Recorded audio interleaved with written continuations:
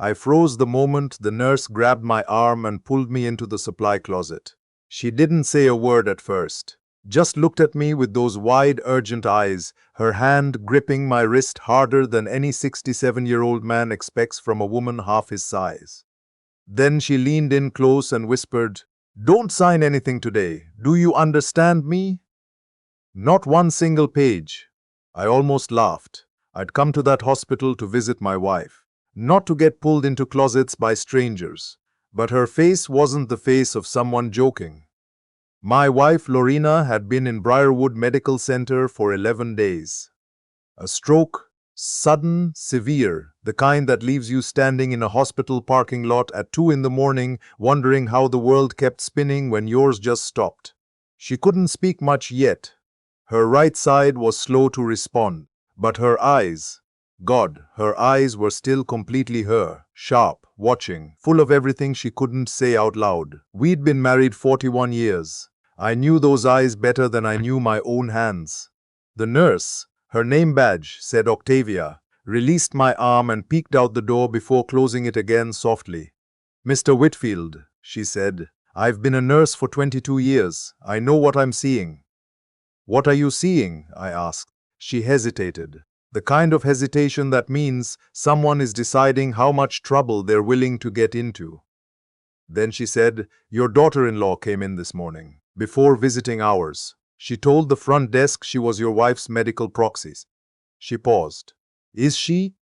I felt the floor shift under me. Lorena and I had done our paperwork years ago. Wills, power of attorney, medical directives. All of it drafted by our attorney, a man named George Tatum, who'd handled our family's legal affairs for over 2 decades. Our son, Darius, was listed as secondary contact. His wife, I'll call her what she was, because my son married her and I always tried to respect that. His wife, Tamsin, was not on any document. Not one. "She is not," I said. Octavia nodded slowly. "She had papers with her. She asked to speak with the attending physician alone. She told him she needed to discuss transitioning care options." I didn't know what that meant right then. I found out later. It means moving a patient to palliative care, which means stopping treatment, which means letting someone die. Lorena was not dying. Lorena was recovering. I sat down on a metal stool in that supply closet and put my hands on my knees and just breathed for a moment. Outside that door, somewhere in this building, my son's wife was talking to doctors about my wife's care, using documents I had never seen or signed. "Why are you telling me this?" I asked Octavia. She folded her arms. "Because yesterday, when I came in to check her vitals, your wife grabbed my hand." She looked at the floor. She couldn't say the words clearly, but she kept pointing toward the door and shaking her head, over and over. "She was scared, Mr. Whitfield. I've been doing this long enough to know the difference between confusion and fear. I've spent 67 years being what my own father called a steady man. I don't panic. I don't shout. I was an electrician for 34 years. You learn real fast that losing your head around live wire gets people killed. But sitting in that closet, listening to that nurse, something cold moved through me that I hadn't felt since the night my mother passed. This was my wife. The woman who packed my lunch every morning for the first 15 years of our marriage, until I told her she didn't need to anymore, and then she just switched to leaving a note instead. The woman who learned to make my grandmother's sweet potato pie from scratch because she wanted me to always have a piece of home. The woman who held my hand in the emergency room when our son was born and told me, "Russell, breathe," because I was the one who needed calming down. Someone was in this hospital trying to make decisions about whether she lived or died. And it wasn't me. I thanked Octavia. I asked her if she could make sure no one accessed Lorena's chart or spoke with her physician until I returned. She said she would do what she could. That was more than most people would have done. I walked out of that hospital and sat in my truck in the parking lot for about 4 minutes. Then I called George Tatum. George answered on the second ring. I told him what Octavia had told me. He was quiet for a long moment. The kind of quiet that means someone is already thinking 3 steps ahead. "Who brought those documents?" he asked. "Tamsin."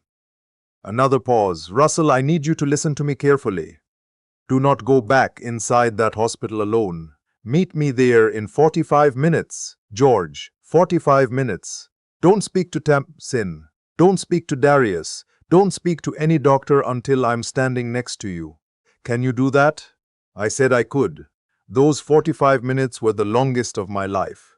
I sat in that truck and I thought about my son, Darius, my only child, the boy I coached in Little League, even though he never once hit a ball past the infield, the young man I drove 16 hours round trip to help move into his first apartment, the person I handed the keys to my father's watch on his wedding day because I wanted him to have something that mattered.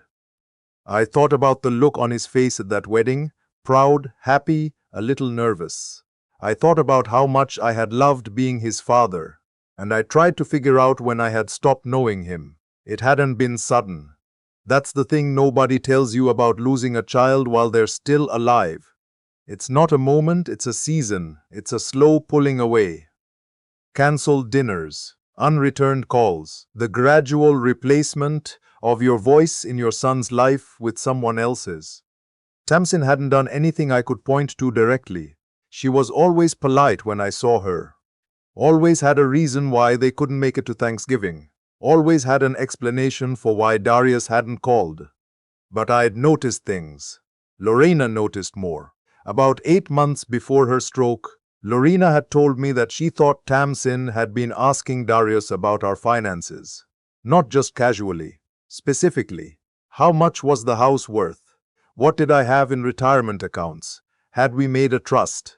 Lorena had overheard Darius on the phone one evening when she'd stopped by their place unannounced. Something about when the time comes and making sure it's handled right. I told Lorena she was reading into things. I should have listened to my wife. George arrived in 43 minutes wearing his court suit, which told me he'd taken this seriously from the second I hung up. He was carrying a folder. He shook my hand, looked at me and said, "You doing okay?" "No," I said. "Let's go." We walked in together. George went straight to the front desk and identified himself as legal counsel for both me and Lorena. He asked to speak with the hospital administrator. While we waited, I asked a different nurse, a young man named who'd helped me find Lorena's room on day 2, if my son or his wife had been in the building that morning. He checked the visitor log and said yes. Tamsin had signed in at 7:14 a.m. and signed out at 8:52 a.m. Darius had not come in at all. The administrator, a composed woman named Dr. Patricia Osai, met us in a small conference room off the main corridor. George laid out the situation in about 4 minutes flat. Our actual legal documents, the chain of medical authority, the fact that Lorena's legitimate medical proxy was me and only me, and the concern that someone had misrepresented themselves to the attending physician earlier that morning. Dr. Osei's expression didn't change much, but she picked up her phone and made 2 calls while we were still sitting there. After the second call, she set the phone down and said, "The physician in question has been asked to submit a written account of this morning's conversation. All chart access for your wife has been restricted to authorized personnel only, effective immediately." She looked at me. "Mr. Whitfield, I want to apologize on behalf of this institution. This should not have happened."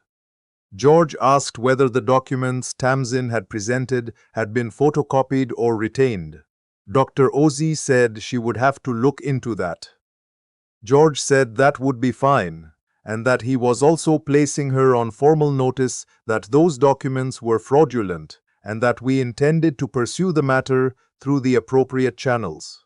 I barely heard the last part. I was already thinking about getting upstairs to Lorena. When I walked into her room, she was awake. She turned her head when she heard the door, and the moment she saw my face, her whole body seemed to exhale, like she'd been holding her breath since I left. I sat down next to her bed and I took her hand, and I didn't say anything for a while. She squeezed my fingers. Her left hand, the one that worked better. Not hard, just enough. I know, I told her. I know. She made a sound that wasn't quite a word, but that I understood completely. It was the same sound she made 40 years ago when I finally told her I loved her. After about 6 months of both of us dancing around it, this small, quiet exhale of relief that someone had finally said the thing out loud. I stayed with her for 2 hours. George waited in the corridor, making calls, doing what George does. Before I left that evening, he told me what he'd confirmed. Tamsin had used a document that appeared, on the surface, to be a durable power of attorney for healthcare, signed with Lorena's name. The signature was not Lorena's. George had already compared it against 3 other documents bearing Lorena's actual signature. He was involving a forensic document examiner and had reached out to the county DA's office. I drove home that night in the kind of silence that fills a house when someone who's supposed to be there isn't. I sat in the kitchen for a long time. I looked at the small plant on the windowsill that Lorena had been tending since spring, the one she called her stubborn little survivor because it had dried out twice and she'd brought it back both times. It was still green, still leaning toward the light. Darius called at 9:47 p.m. I saw his name on the screen. I let it ring. I didn't know yet exactly how much my son knew. That question kept me up most of that night. Was he a man who had been manipulated by his wife into a situation he didn't fully understand, or was he someone who had looked at his parents and calculated what they were worth? I didn't want to know the answer, and I think that's how I knew, somewhere in the back of my mind, that I already did. 3 days later, George called me with the full picture. Tamsin had been quietly researching estate law for nearly 2 years. On her home computer, which law enforcement would later image pursuant to a warrant. There were documents, searches, browser history, questions about how long it took for a stroke patient to be moved to comfort care if a proxy requested it, questions about the timeline for probating a will when a spouse predeceases, a draft letter, never sent, from Lorena to our financial institution, requesting a change to the beneficiary on our joint investment account. Darius had known, not everything, but enough. George told me that when investigator interviewed him separately from Tamsin, he broke down within the first 20 minutes. He said Tamsin had told him his mother was already declining, and that his parents hadn't planned properly, and that he needed to protect what was his. He said he'd told himself it was just about making sure things were organized. He said he hadn't known about the hospital visit. I don't know how much of that is true. I don't know if I'll ever know. What I know is what I saw on Lorena's face when Octavia came in to check on her the morning after everything had been secured. She was sitting up a little more. She'd had some apple juice. She was pointing at the window, at the October light coming through, at something specific in the sky, and when Octavia looked and said, "Oh, a cardinal," Lorena smiled, the left side of her face pulling into something unmistakable. She'd always loved cardinals, said they were her mother visiting. She came home 6 weeks later. Physical therapy 3 mornings a week. Her speech has improved more than the doctors expected. They said she was remarkable, which anyone who has spent 5 minutes with her already knew. She still has work to do. We both do. The legal proceedings are ongoing. I've been told by George that I shouldn't speak in detail about them publicly. What I can say is that my son is no longer estranged from me in the technical sense. We have spoken once for about 40 minutes, and we both cried, and nothing was resolved. I don't know what kind of relationship we will have going forward. I don't know if the word son will ever feel the same weight in my mouth that it used to. Some things, when they break, don't break clean. What I do know is this: a woman I had never met before, who owed me nothing, who could have looked the other way and gone on with her shift and told herself it wasn't her business. That woman pulled me into a supply closet and told me the truth. And because of that, my wife is sitting in our kitchen right now, tending her stubborn little survivor plant, telling it to keep leaning toward the light. I've thought a lot about what Octavia risked to tell me what she knew. She didn't have to do that. Most people, when they sense something is wrong, but they're not sure, and it's not technically their job to say something, find a way to convince themselves that silence is the safe choice, and maybe it is safer. But safe and right aren't always the same road. Lorena asked me, a few weeks after she came home, whether I was angry. We were sitting on the porch in the early evening, the way we've done most of our adult lives, and she asked me, haltingly, because her words still sometimes take a moment to line up, "Are you carrying it?" I knew what she meant. She was asking whether I was dragging the bitterness around with me everywhere I went, the way I sometimes do with things that hurt me. She knows me. I thought about it for a moment. Then I said, "I'm setting it down. Trying to." She nodded. She reached over and put her hand on top of mine on the armrest. The same hand, the one that still works better. We sat there until the light changed. "I'm not going to tell you that everything is fine now, because it isn't. I'm not going to tell you that my son will find his way back to being someone I recognize, because I don't know that. I'm not going to tell you that betrayal at this level doesn't leave a mark, because it leaves several. But I'm going to tell you that my wife is alive, that she is home, that this morning she told me slowly and deliberately, and with that half smile that still stops my heart the same way it did in 1983, that the cardinal was back in the yard. And some mornings, that is enough to stand on.